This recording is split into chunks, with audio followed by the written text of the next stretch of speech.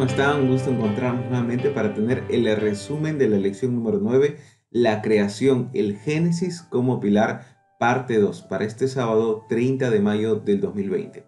Vamos a la primera parte que tiene que ver con el motiva. Más de uno de nosotros ya escuchó hablar sobre el fake news. ¿Qué son fake news? Son noticias falsas que se divulgan a través del Internet. Y pues desde que el ser humano ha tenido tanta accesibilidad y comunicación, han aparecido diferentes formas de engañar a las personas. En este caso, fake news es una noticia que cualquier persona puede subir siendo falsa y que se viraliza en el Internet.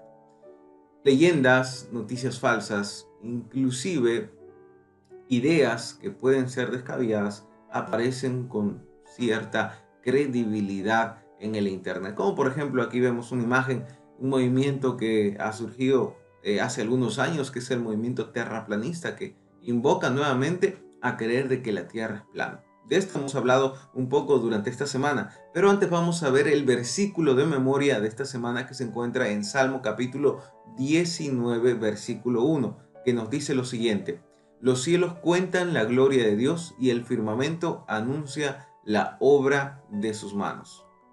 Muy bien, vamos a la siguiente parte, que es el Explora. Para la parte de Explora tenemos un invitado especial.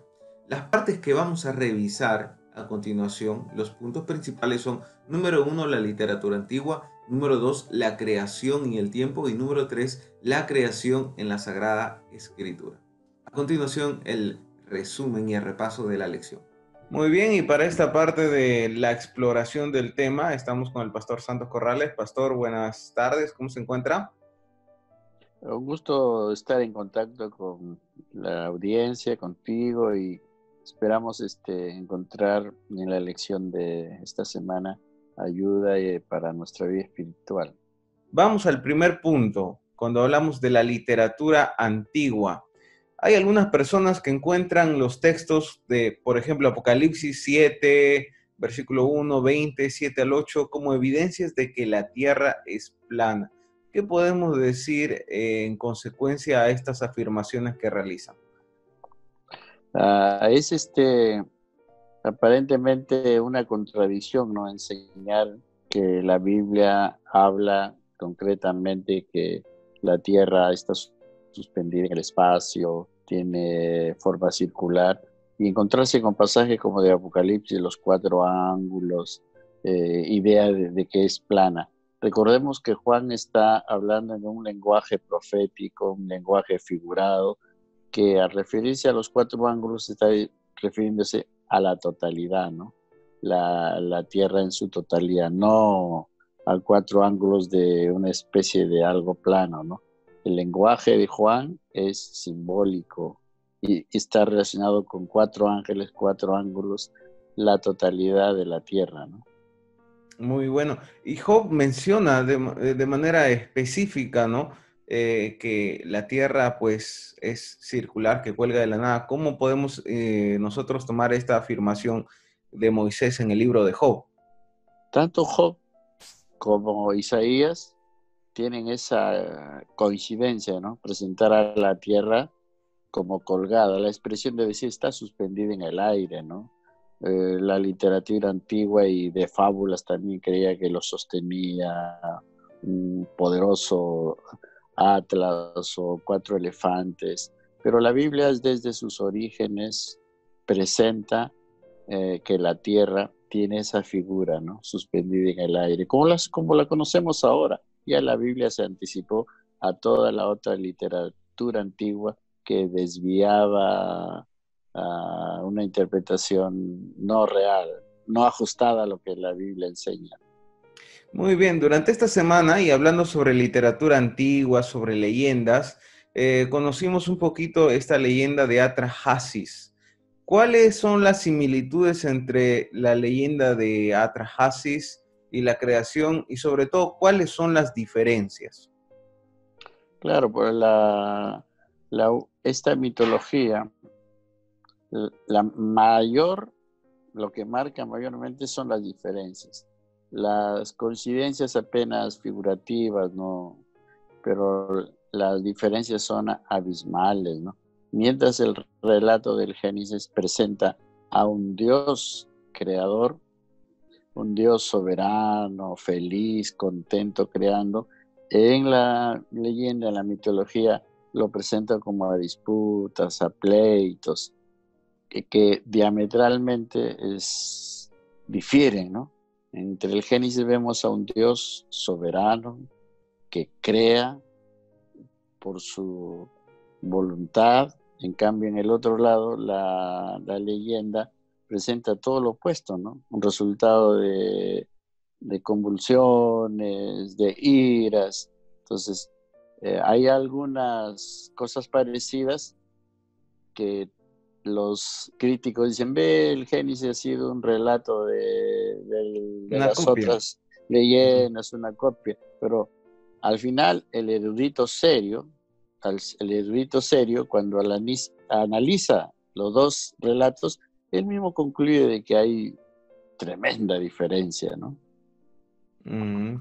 Ahora, cuando nosotros leemos el relato del Génesis, por ejemplo, Moisés no menciona luna ni sol, sino que menciona lumbrera mayor, lumbrera menor.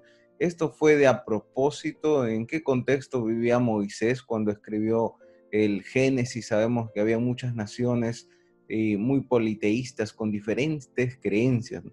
¿Y por qué Claro, utilizó este lenguaje Moisés? claro. Es para evitar la confusión, ¿no? Como ejemplo acá el imperio de los incas, adoraban al sol, adoraban a la luna. En los días de Moisés, los pueblos no hebreos, pueblos circundantes, entonces ellos tenían al sol como Dios, a la luna como Dios, y Moisés adrede para evitar confundir, para evitar también que esa misma creencia pueda asociarse, él adrede, y por supuesto por la inspiración de Dios, le puso lumbrera mayor, lumbrera menor, para evitar confundir con las creencias de los pueblos que no aceptaban a Dios como su Señor, ¿no? Por no decirle paganos, ¿no? Muy bien, esto en cuanto a la literatura antigua. Avanzando al segundo punto del contenido de la lección, hemos hablado también de los tiempos, la creación y el tiempo. Encontramos genealogías en Génesis capítulo 5, como también en el capítulo 11, luego en Crónicas y otras más. La pregunta es, ¿por qué o cuál fue el propósito de registro de las genealogías, sobre todo en el Génesis? ¿Por qué se registraron este tiempo de vida de ciertas personas, detallando los antepasados y sucesivo?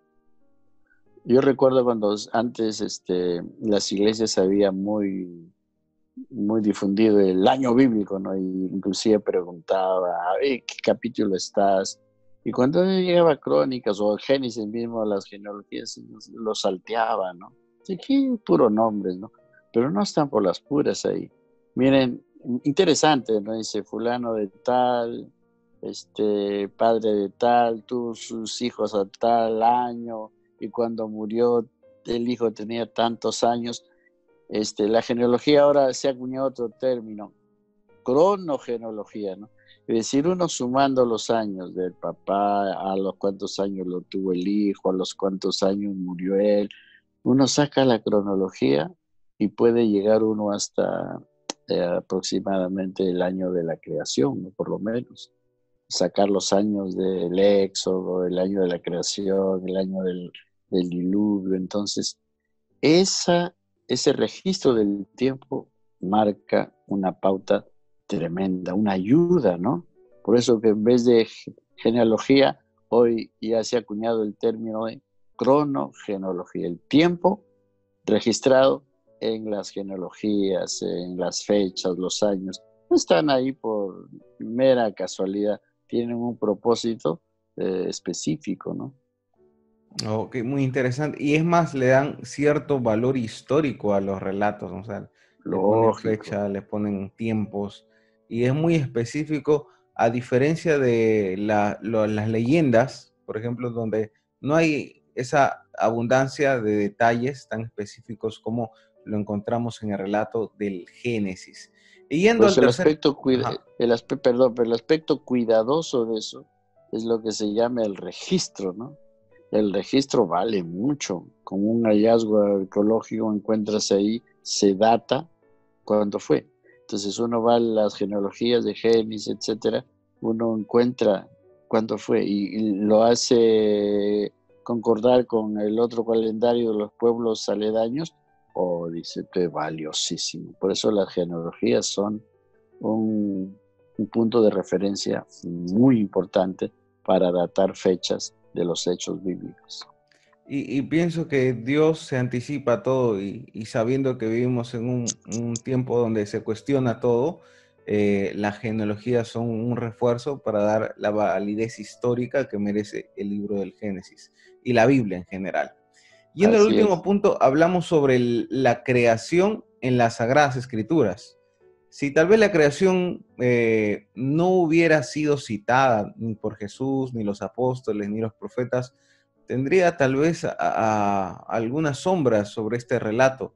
Pero, ¿cuál fue la opinión, por ejemplo, de Jesús, de los primeros cristianos? ¿Qué es lo que nosotros encontramos en la Biblia con respecto a la creación? Ahora, los escritores del Nuevo Testamento hacen referencia a Génesis, especialmente a la creación. Mateo, Marcos, Lucas, Juan, Hechos, Romanos, Pablo en 2 de Efesios, Timoteo, Santiago, Apocalipsis con Juan. Son referencias directas al Génesis, especialmente a la parte de la creación. Jesús mismo, ¿no? Jesús y todos los escritores del Nuevo Testamento se remiten a Génesis del 1 hasta el 11. Jesús se refiere a los escritos de Moisés y la creación, a la creación del hombre y la mujer. Pablo utiliza repetidamente el relato de la creación. Por lo tanto, Jesús y los escritores del Nuevo Testamento aluden a Génesis del 1 hasta el 11. Esto significa que los escritores neotestamentarios, es decir, del Nuevo Testamento, incluyendo a Jesús, le dan validez. Al citarlos, hoy cuando uno escribe algún libro y saca de otro una cita, le está dando validez, está validando. La validación es muy importante en la investigación. En este caso, Jesús y los apóstoles hacen varias referencias a esta sección del Génesis, diciéndonos que la creación era algo común, creíble, real, y que había tenido su registro en la historia. Mm, y no solamente eso, ¿no? Porque Cristo lo cita y le da la importancia y también los apóstoles le dan la relevancia y nos dejan un ejemplo a nosotros, a darle ese lugar que se merece. Tal vez algo más podríamos añadir sobre la importancia de la creación, quizá ya en términos de teología, en la doctrina, por ejemplo, de la salvación. ¿Cuál es el rol que juega la creencia de la creación en cuanto al tema que es el tema principal de la Biblia, que es el tema de la salvación? Ahora, el registro que hace la Biblia, especialmente el Génesis de la creación, si uno sacase ese registro del Génesis, en realidad caería el, el plan de salvación, ¿no? Porque no tendríamos el origen del pecado. Entonces, si no hay pecado, no necesitamos quien nos salve. Por otro lado, la creación nos hace recordar nuestro origen, ¿no? Que no somos resultado de la casualidad. Porque si fuéramos resultado de la casualidad, no necesitamos un Salvador, tendríamos que buscar al llegar a la perfección, alcanzar un nivel. No, pero el relato de la creación nos muestra también la caída y el plan de salvación.